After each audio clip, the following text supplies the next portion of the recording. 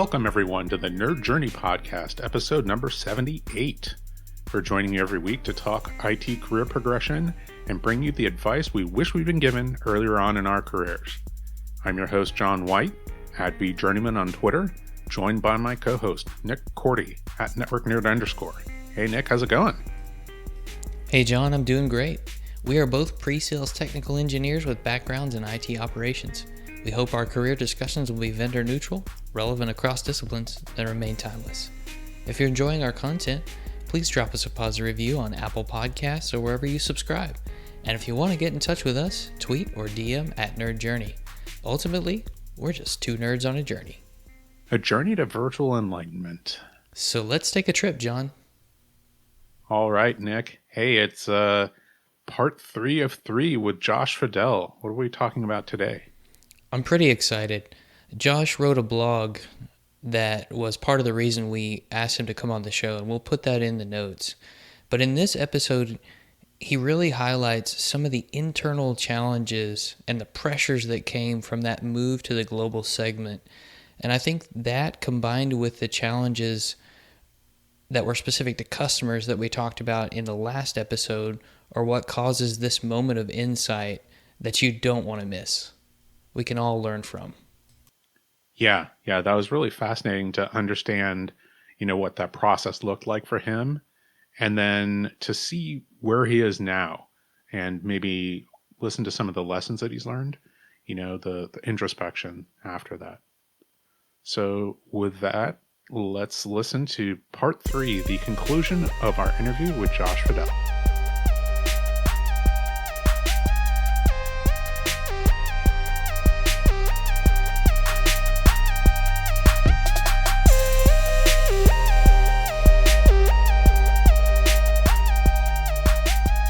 Speaking of breaking down the walls and changing that culture, it sounds like it was pretty hard to do when you moved into the global space. And we even talked about bailouts sometime when you're in a situation that's so challenging or taxing, like within one of these organizations with the rough culture, you have to bail out and go somewhere else. Yeah, absolutely. Absolutely. And that's actually exactly.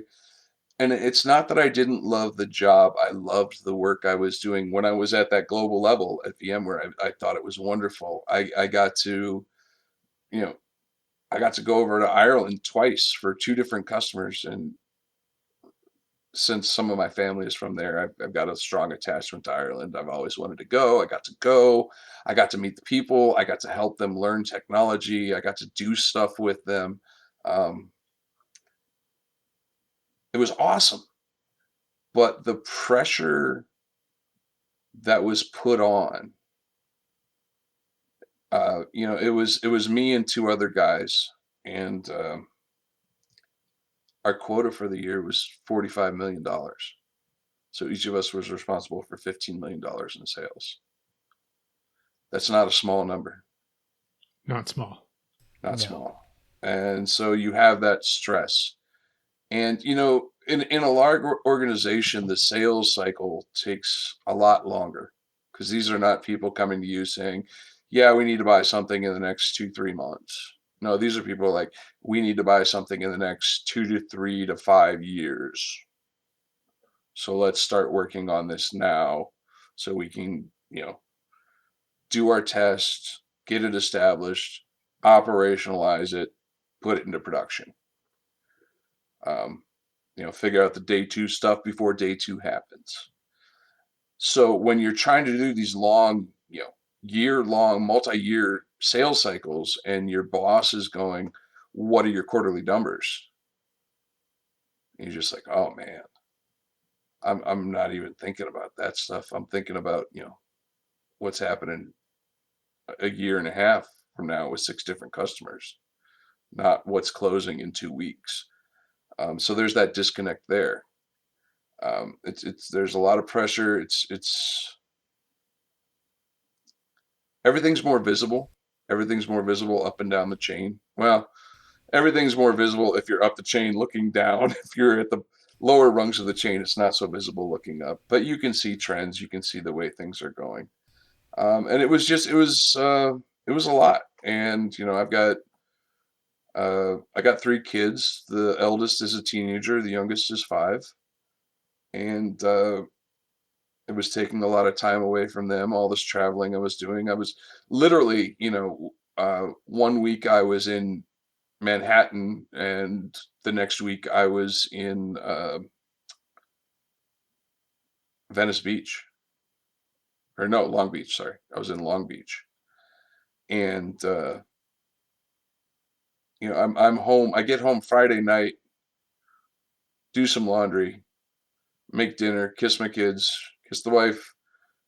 Sunday, pack everything up. Monday morning, you're back on a plane, and it was so detrimental to my family life. I owe my wife a lot for putting up with me through that. Um,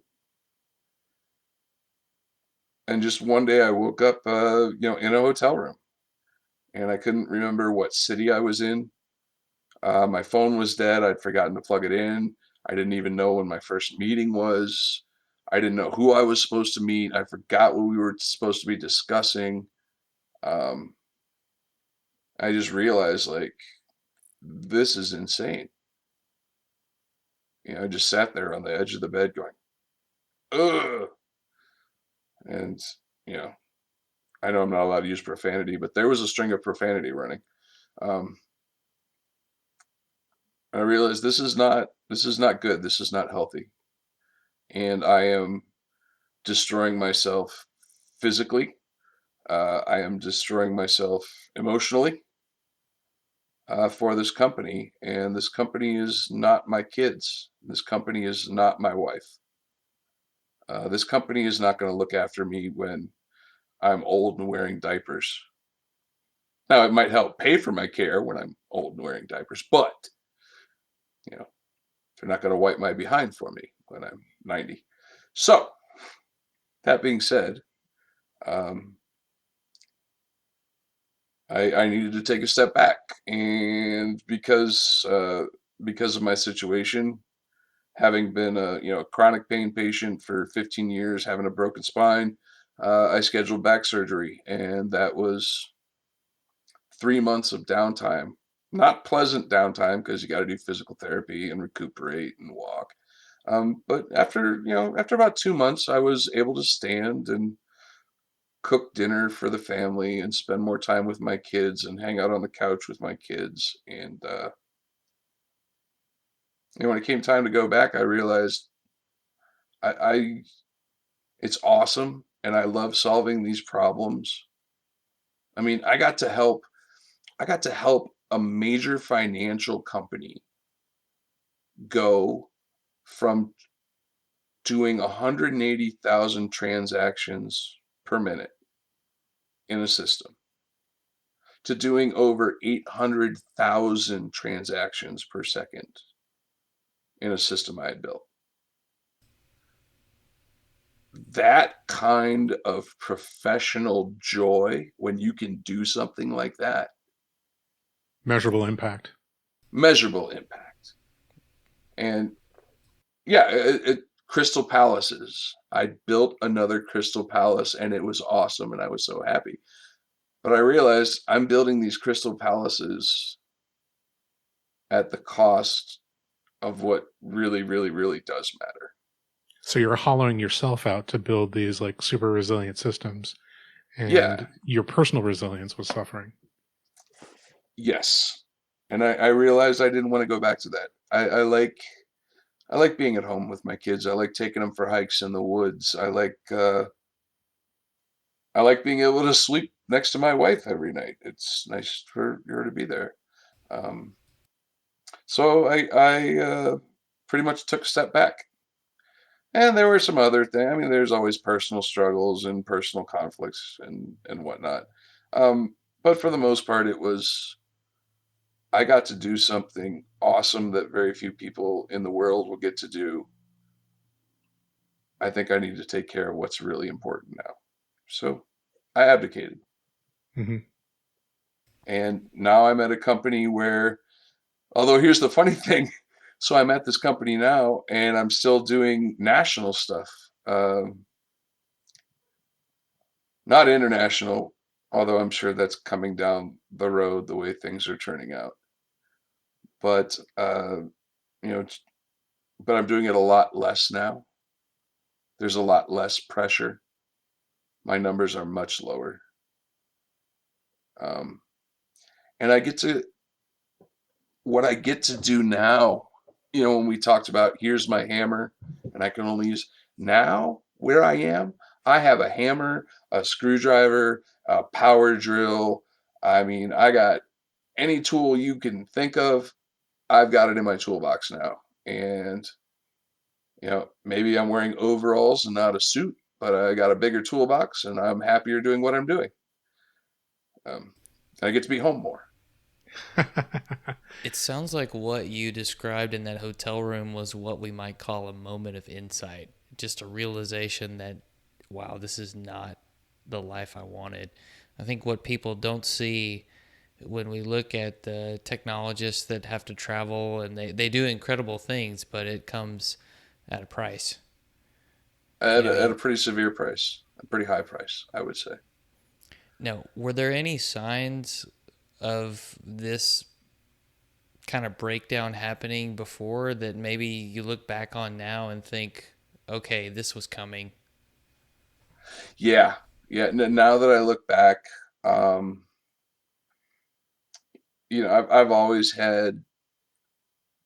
always been a bit curmudgeonly and grumpy, and I mean, it's just kind of how I am. But my temper definitely grew shorter. Um,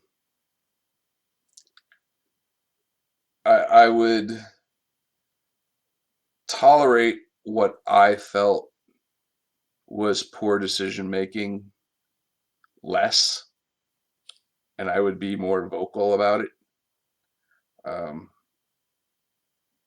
Some people would say in that situation, some people become more confrontational about it.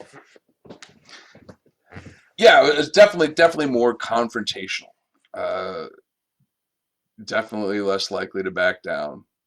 And other people commented on it too. They're like, "Dude, you're really wound up. What's going on with you?" Nothing. I'm fine. And obviously, I wasn't fine. I just think that Just NFS is the wrong thing for this job. I've never been seen somebody so upset about protocols. well, when you're trying to use NFS for a huge image store, maybe I don't know. Anyway, see, He's there goes doing it again, Josh. He's doing it on purpose. the engineer brain kicking in. Stop that, John. Stop it. Um, but yeah, it's there. But I don't know if you necessarily see them while you're caught up in them. All I saw was I have a goal, and I became so tunnel visioned about that goal that missed I missed all the signposts on the track, and unfortunately went a little Casey Jones. So yeah, It's funny because I think that only people who've gone through something like that can start attaching like metrics for those kinds of things, right? It's like, well, the number of times like I stand up and tell somebody that they're making the wrong decision over a 30-day period. Oh, it's non-zero. I really need to think about that. um, here's another metric. Number of times that I wake up and I don't know where I am. There's a metric for you. The number of times that, it's like only after you go through it can you truly understand like those types of things as warning signs. well, I would also think there's context. I mean, there's plenty of nights plenty of mornings I woke up in my 20s and I'm like, where am I? But that Well, was no, a that's a different kind of It's a warning sign. different podcast, yeah. different podcast. Was that drunk history? Anyway, but yeah, there are certain behaviors, and I think a large part of it that I did not engage in was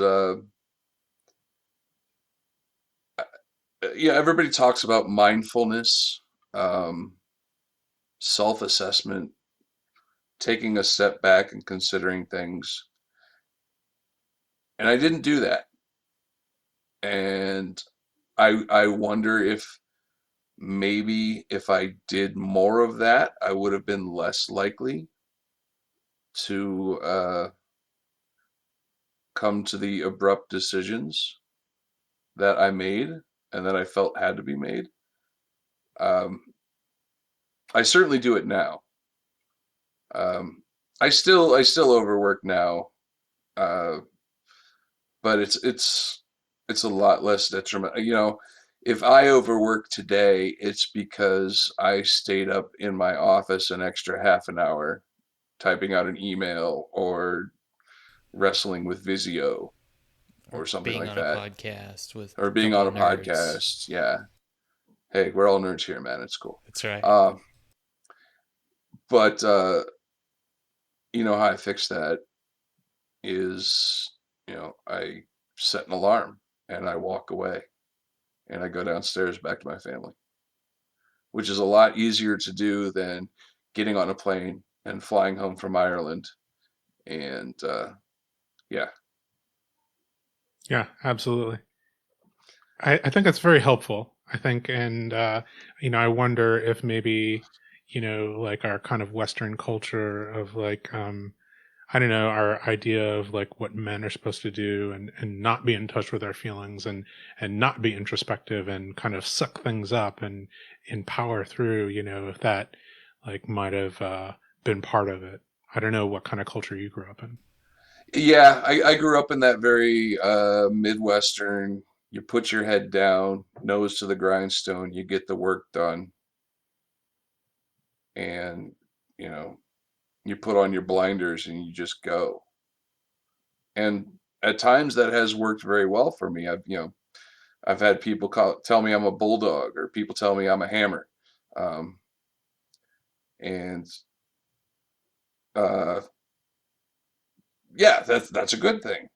But then you realize maybe it's not a good thing if you do it all the time. That becomes unhealthy. So you need to moderate, and learning how to moderate that go getting and the toxic masculinity of not being in touch. I'm actually uh, I'm kind of getting over that. Kind of actually, I've really gotten over that. I mean, I've taken to wearing a kilt for the simple fact that they're incredibly comfortable, and I know people are going to laugh about it. And you know what? I don't care. I'm comfortable with myself. I'm happy where I am. Um, you can question whatever my sexuality, my gender orientation. I'm married with 3 kids. I don't really care.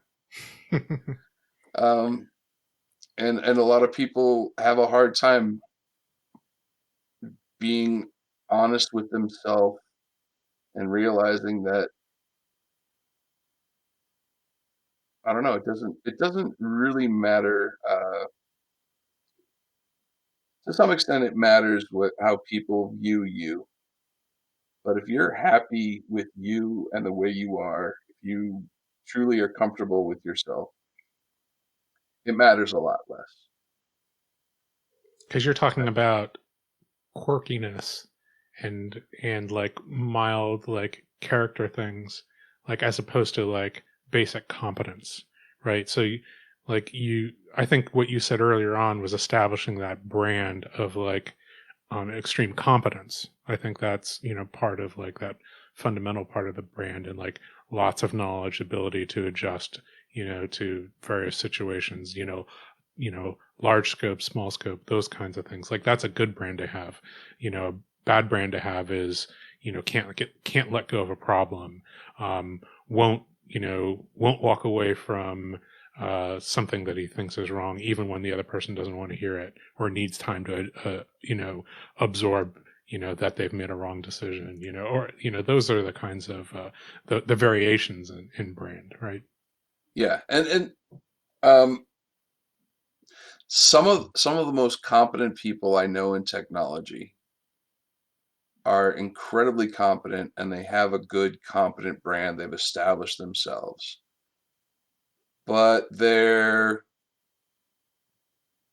purple hair or tattooed everywhere, or I almost wonder if there's you have to establish that brand and that competency first, and then you can be yourself? Or do you have to be yourself through that entire process, or you're not really being honest with yourself? I don't know. Um, all I do know is that somehow, some way, I found myself at a point in my career where I don't need to worry about my next job, because there will always be someone who needs my skill set, who needs my prowess. Yeah, that's kind of an arrogant word to use. Who needs someone who's good at what they do, and I'm good at what I do, right? And I think other people know that about me and about people who've achieved a certain level of brand, I guess you'd call it. And I'm not worried about losing my job. I'm not worried about what management really thinks. I mean, I want to be cool because I want to be cool with everybody. That's just how I am. Yeah. But if I see my management doing something that I think is out of line, I'm no longer afraid to speak up. And luckily, the company I'm at right now, I've never had to do that. And I've had very open and transparent and honest managers, and they're like, here's the situation. Here's what I'm thinking. This is probably going to be my choice. Do you have any feedback? I give feedback. They honestly process that feedback. We hash it out. We talk about things, and they make their decision. And when they make that decision, it's not some, and I'm sure we've all experienced the voice coming down from on high. It's not, this is the way it will be, and you don't need to know anymore. Because I think there are a lot of managers who are simply, I'm giving you an order, do it, don't question it. That may work in the military, and it needs to work in the military. I don't necessarily think that works in today's enterprises, today's organizations. Um, I think we've seen too much mismanagement and gross negligence. I'd say especially over the last 20 years, it's become more and more prevalent. I mean, let's go back what WorldCom, Bernard Ebbers, right? We talk about Enron, right? We talk about all the terrible things that have happened at Wells Fargo with managers pushing for fake credit cards to be opened. I think people are finally realizing that people in management are just people. They may have more book learning. Um, book learning. Sound like a redneck. Anyway, they may be slightly more educated about certain things, but when it comes down to it, we're all humans. We all put our pants on one leg at a time. Except now, hopefully, nobody's wearing pants because, well, we're all working from home. Um, I put my kilt on just like everybody else. that's what I'm saying. A little bit above the belly button, perfect. Uh, And your dress shirt, right? well, yeah. Oh, you saw that picture, huh? Yeah. Did you see that one of me? No, I didn't. I'm actually wearing like a white dress shirt and a khaki kilt. I call it my business kiltool. Um, It sounds like a nice featured image for when the episode goes out, John. Oh yeah, I'll look for We need to find that. I So, may tell you where it is. Anyway, but um, especially with what's happening now, I think people, even if they're hurting, even if they really need a job, I think people might just take whatever job comes along right now, but they're going to expect more of their management. I would certainly hope that they do. If you look at warehouse workers at Amazon, if you look at the walkouts they've had at Google over, what was it, HR policy or something. Look at what happened with Instacart.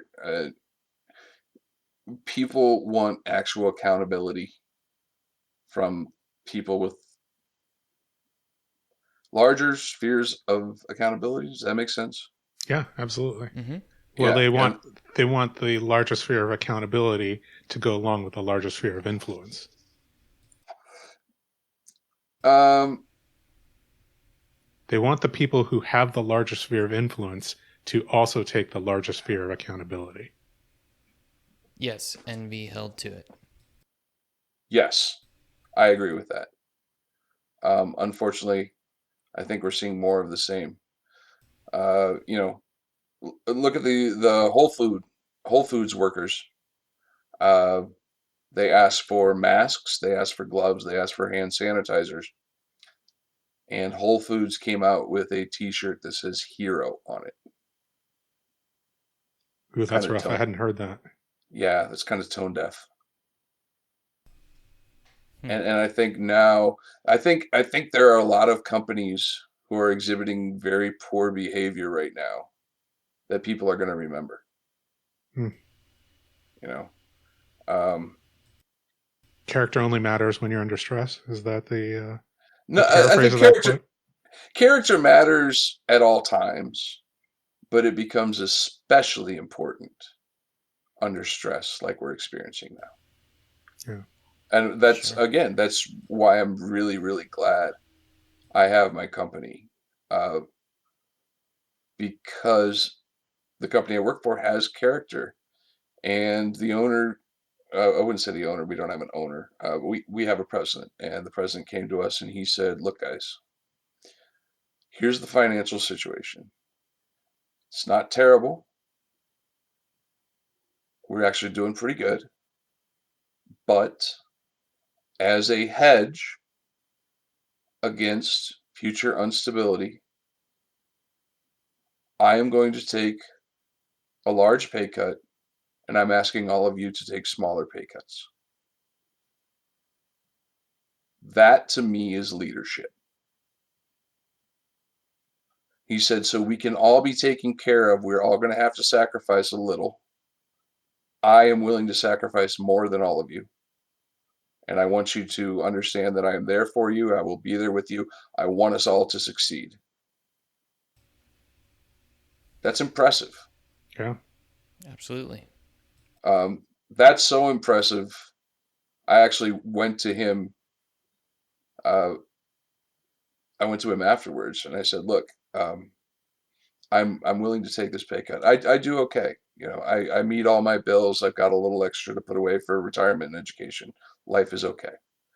Um, for the foreseeable future, I'm willing to forego my quarterly bonuses because that's how much I want the other people in my company to succeed.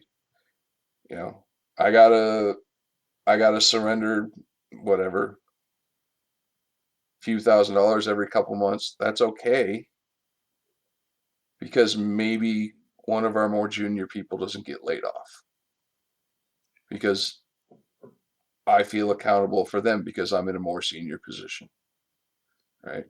You're saying leadership is inspirational. It should be. It certainly should be.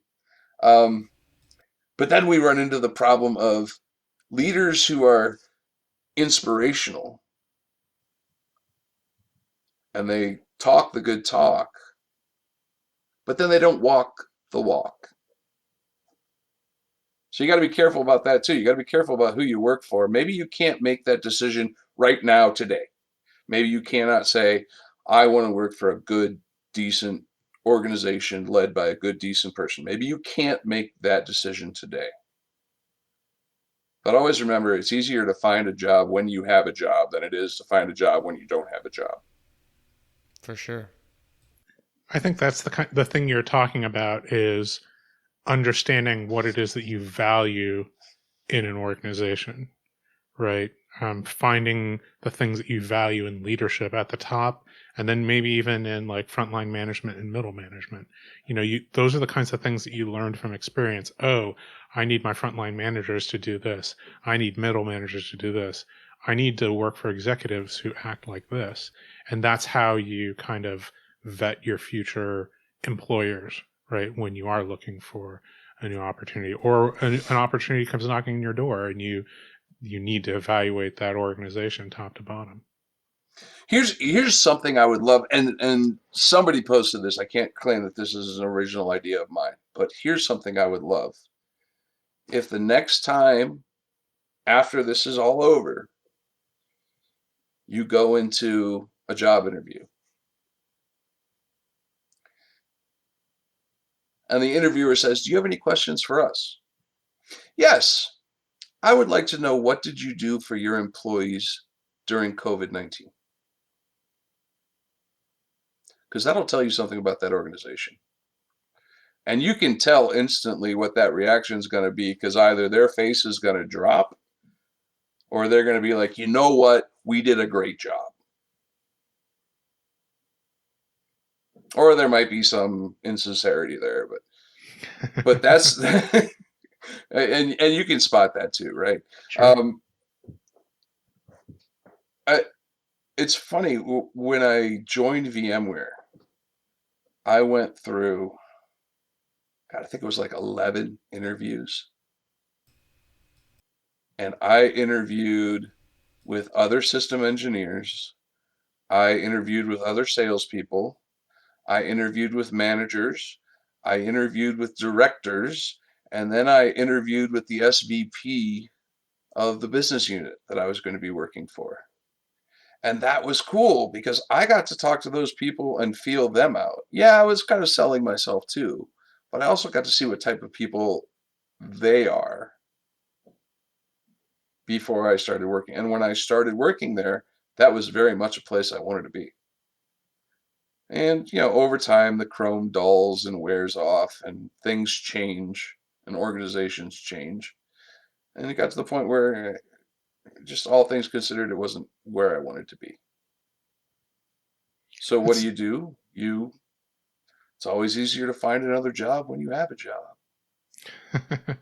it's so interesting because, I mean, you're just mentioning that process of being interviewed by, you know, directors and SVPs, and I just realized that of course that happens, and of course I did get interviewed after my frontline manager said, hey, yeah, we're thinking about extending you an offer, and started talking about that, like at VMware. Like, I did have interviews after that with the director and so on and so forth, but I never thought about those as actual yes no interviews, right? It was just kind of like a, oh, okay, and then this person wants to meet you too. But of course that person could have said no, right, if they found something glaring wrong, right, But at that. here's the thing.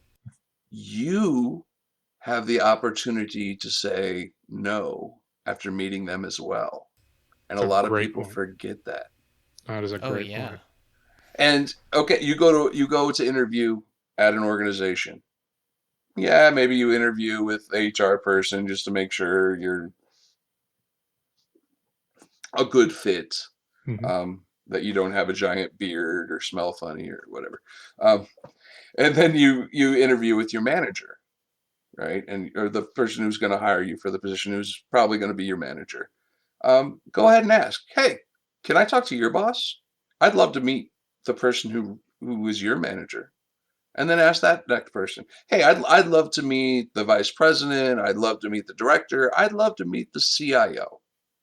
I would love to sit down and talk to him, because too many times people view that as, I am being interviewed by your company, and they neglect to think that I am also interviewing this company.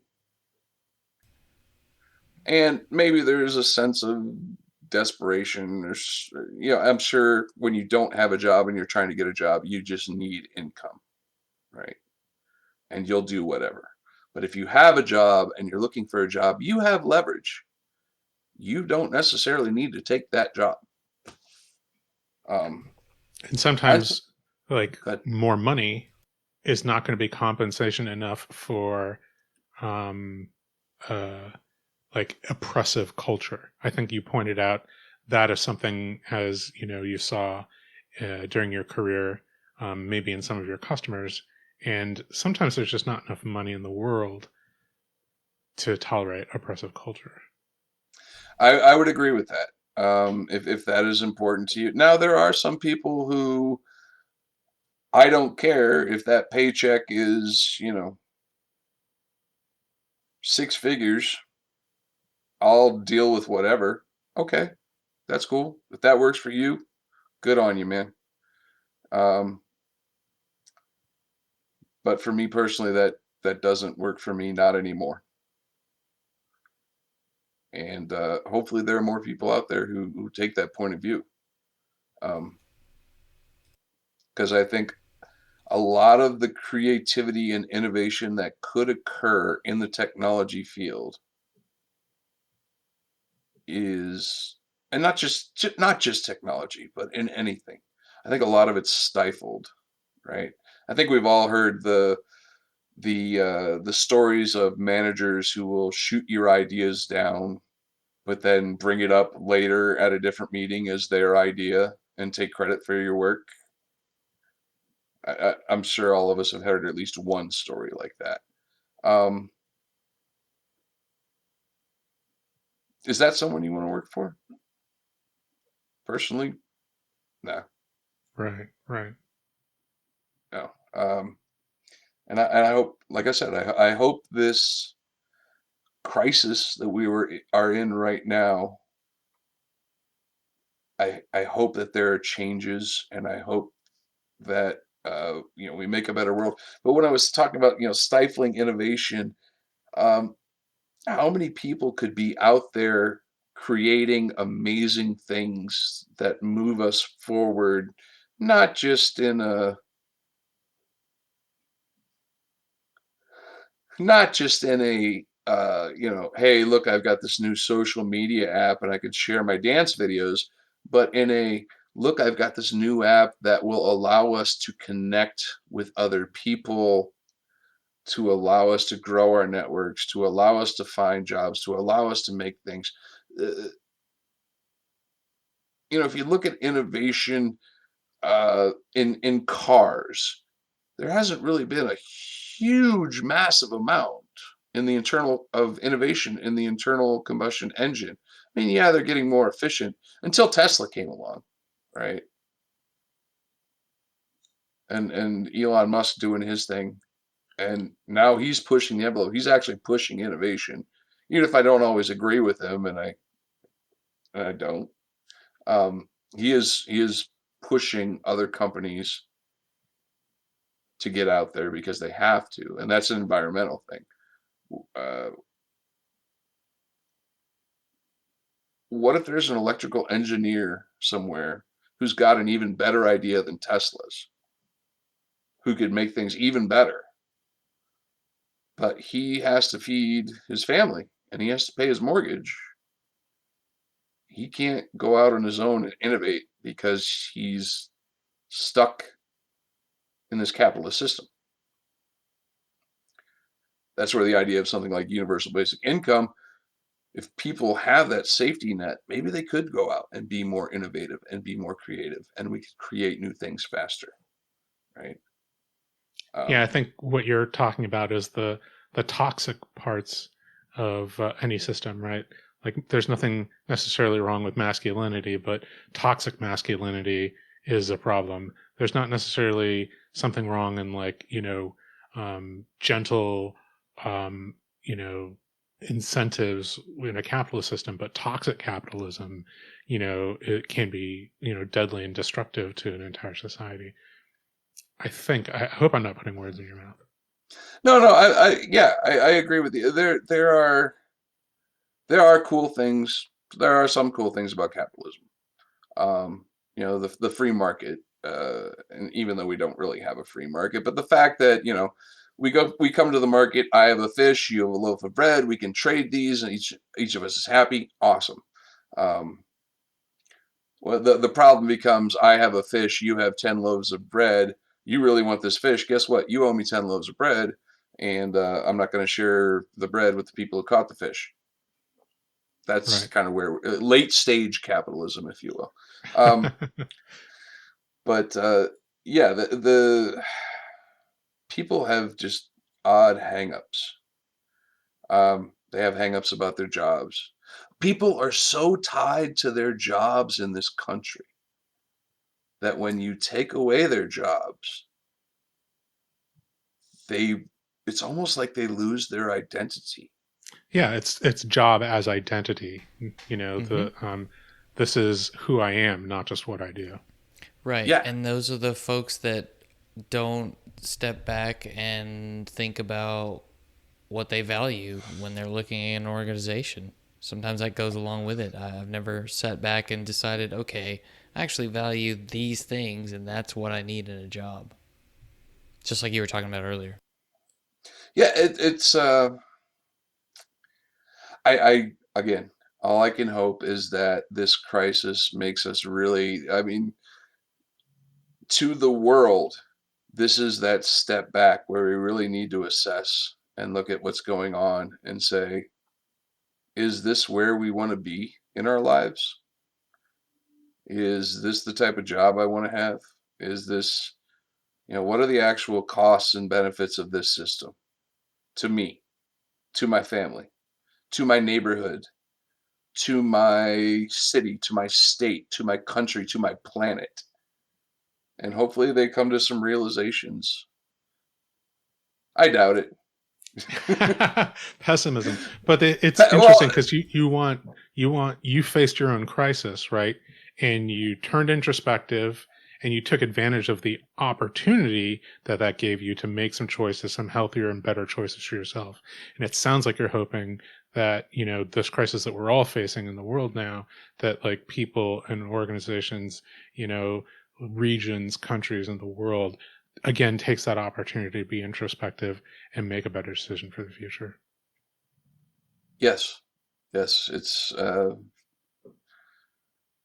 just taking a critical eye to what you are, what you've become, where do you want to go, and then applying that in ever greater spheres, right? Absolutely. Because, as individuals, we hope that that's what's going to happen, at that larger stage. But then we have to also like take responsibility for ourselves and make sure that we apply that same hope to our own personal situation, and not maybe have that realization that we're not, if you might have felt trapped, but you weren't actually trapped, right?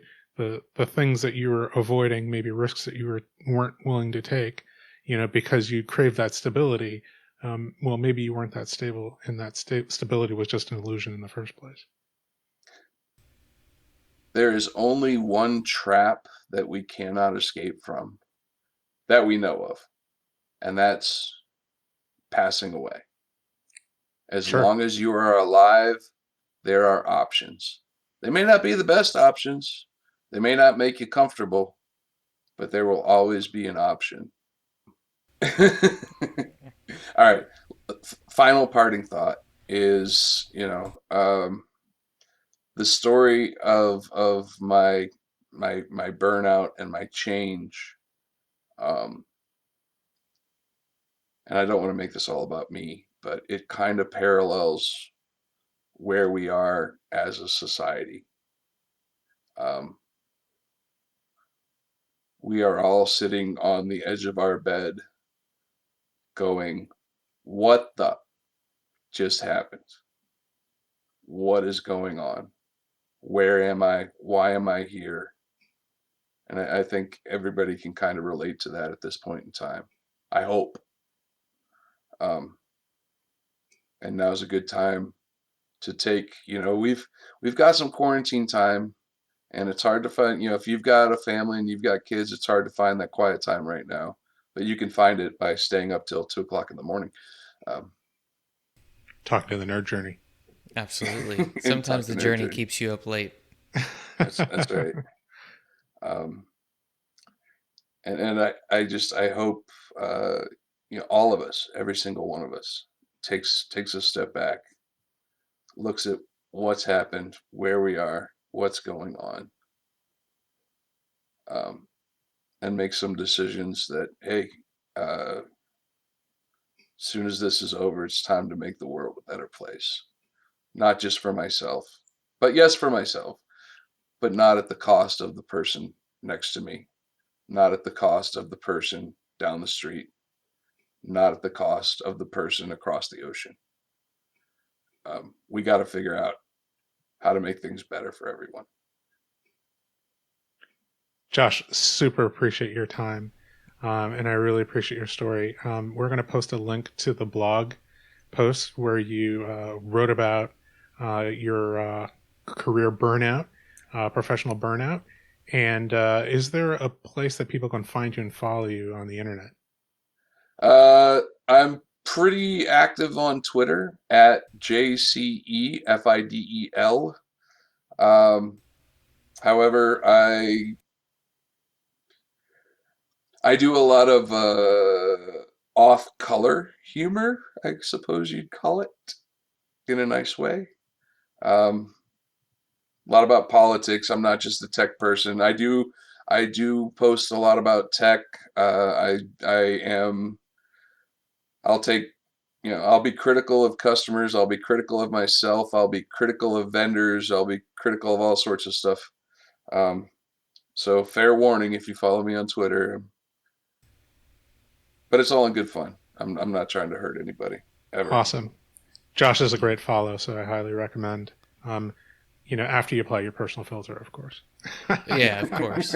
And I will say that he's a good dude to just reach out to out of the blue and ask questions or ask him to come on a podcast, for example. Appreciate that, Josh. Thanks for... Hey, technical questions, I can help with those too. Political questions, I got my bias, I'll admit it. But yeah, I like meeting people and networking and helping where I can. I want to make the world a better place too, Nice. Absolutely. Josh, thanks so much for your time this evening. Thank you.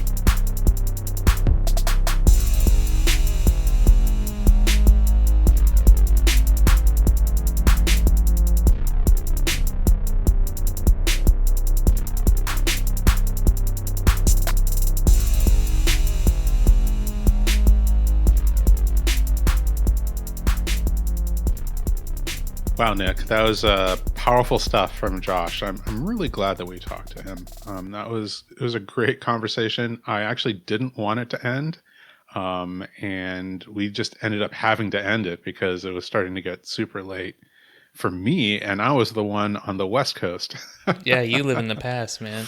Keep in mind, right. listeners, we actually only recorded a total of 2 hours of about the 4 to 4.5 hours John and I talked to Josh that night. Pretty sure those two guys could have gone on for the whole night if nobody had to work the next day. That's right. Hey, I want to shout out the blog post that Josh made about burnout.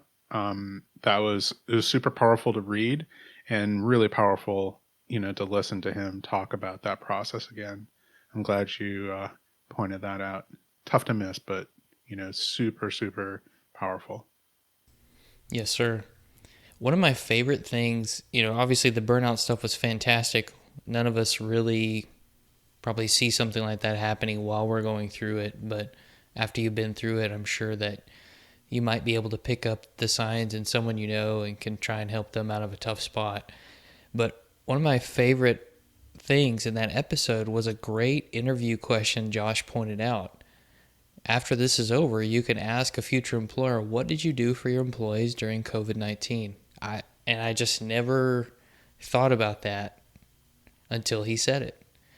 Just like I tell everybody I talk to, John, I learn something new every time I talk to you, every time we talk to a guest.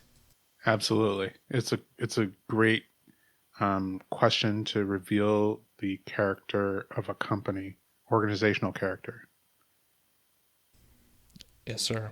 I think overall it was a successful trilogy. Yeah, I really enjoyed talking to Josh. Hope we can do it again. Absolutely. Just a reminder, we want people to subscribe and give us a positive review on Apple Podcasts or wherever you're listening. We want to know if we're being helpful and are always looking for interesting questions to ponder. We're collectively on Twitter @NerdJourney. All right, farewell listeners. Tune in next time as the journey continues. I'm John White @VJourneyman for Nick Cordy @NetworkNerd_, signing off. Adios.